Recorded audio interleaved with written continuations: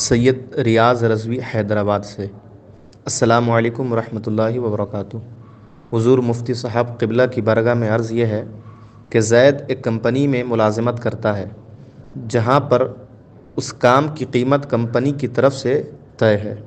اگر کوئی شخص زید کے پاس کام کروانے آئے تو کیا زید اس کام کی زیادہ قیمت لے کر کام کرا سکتا ہے؟ جناب سید ریاض رضوی صاحب، وعلیکم السلام ورحمۃ اللہ وبرکاتہ۔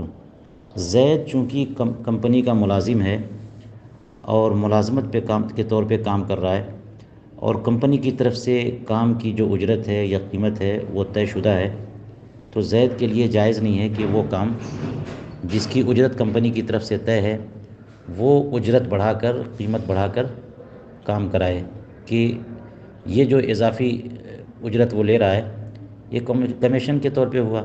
اور کمیشن وہ کس چیز کا لے رہا ہے؟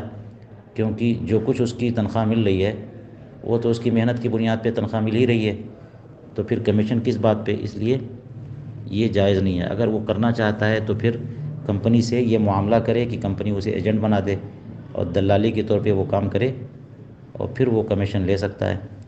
واللہ تعالی اعلم بالصواب۔